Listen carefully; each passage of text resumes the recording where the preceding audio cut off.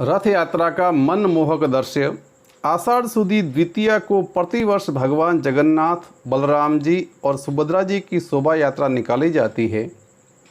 स्कंद पुराण के अनुसार सतयुग के अंदर अवंती, जो वर्तमान के अंदर उज्जैन नगरी के नाम से जानी जाती है, वहाँ पर इंद्रधुम्न नाम का राजा राज्य करता था और उनकी रानी का नाम था गुंडीचा देवी। निसंतान होने के बाद में भी वो प्रभु की इच्छा को मान करके प्रभु सेवा में, अतिथि सेवा में, तीर्थ यात्रियों की सेवा में लगे रहते थे। और तीर्थ यात्रियों से ही उनको जानकारी मिली कि एक श्री विग्रह नील माधव नाम का प्रभु भक्त है, जिसके दर्शन मात्र से ही इस संसार के सारे दुख में चीज़ों से मुक्ति हो जाती है। इतना सुनते ही राजा के मन में नील माधव के दर्शन की इच्छा जागृत हो गई और राजा ने अपने पुरोहित के विद्वान पुत्र विद्यापति को नील माधव का पता लगाने के लिए भेज दिया। इस भ्रमण के दौरान एक गांव के प्रधान विश्वासु के यहाँ बतौर अतिथि के रूप में विद्यापति रुका। उनकी पुत्री ललिता से उन्हें प्रेम हो गया और विद्यापति का विवाह ललिता के साथ में संपन्न हो गया। ललिता के माध्यम से विद्यापति को पता चला कि विश्वासु प्रतिदिन नील माधव की सेवा करने के लिए जाते हैं, तो विद्यापति ने भी नील माधव के दर्शन करने की इच्छा जाहिर की। पहले तो विश्वासु ने इनकार कर लिया, परंतु बेटी की जिद के सामने वो झुक गए और वो एक शर्त पर विद्यापति को अपने साथ लेकर जाने के लिए तैयार हुए कि वो विद्यापति की आंख पर पट्टी बांधकर लेकर के जाएंगे। विद्यापति भी इस शर्त के लिए राजी हो गया, परंतु वह अपने साथ में सरसों के बीज की एक पोटली लेकर के गया और वो रास्ते के अंदर सरसों के जो बीज थे उनको बिखेरते हुए चलता गया। मंदिर में पहुंचकर विद्यापति ने देखा कि नील माधव शंख, चक्र, गदा और पद्म धारण किए हुए हैं।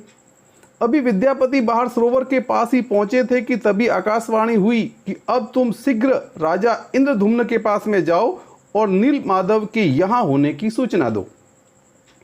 सूचना पाते ही महाराज इंद्रधुम्न अपनी प्रजा के साथ में सरसों के पौधों से निर्मित पथ की सहायता से नील माधव मंदिर पहुंचे।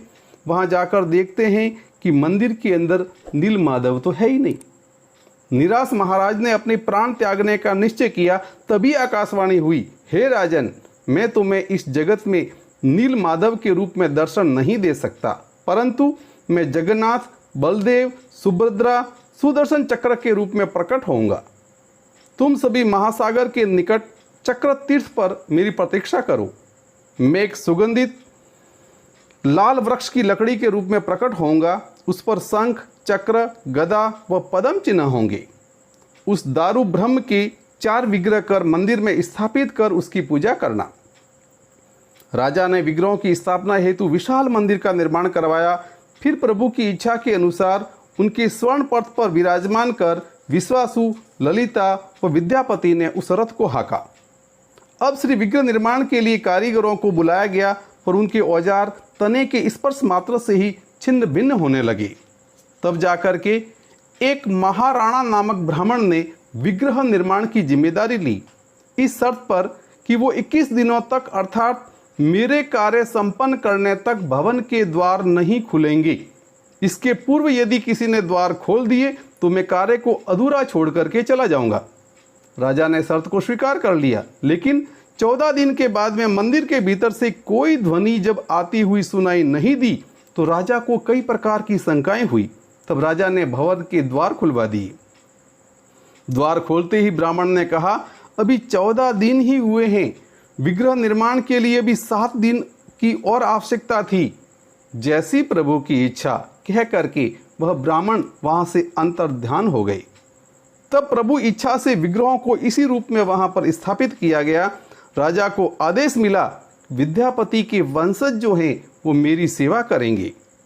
भगवान की समस्त लीला को रानी गुंडीचा देवी जो रानी थी उसकी प्रार्थना पर यह सारी घटनाक्रम हुआ था। इसीलिए उसी दिन से भगवान जगन्नाथ, बलदेव जी, सुभद्रा जी आषाढ़ सुदी द्वितीया को रथ यात्रा से गुंडीचा मंदिर जाते हैं और वहां जाकर के 1 सप्ताह तक विश्राम करते हैं।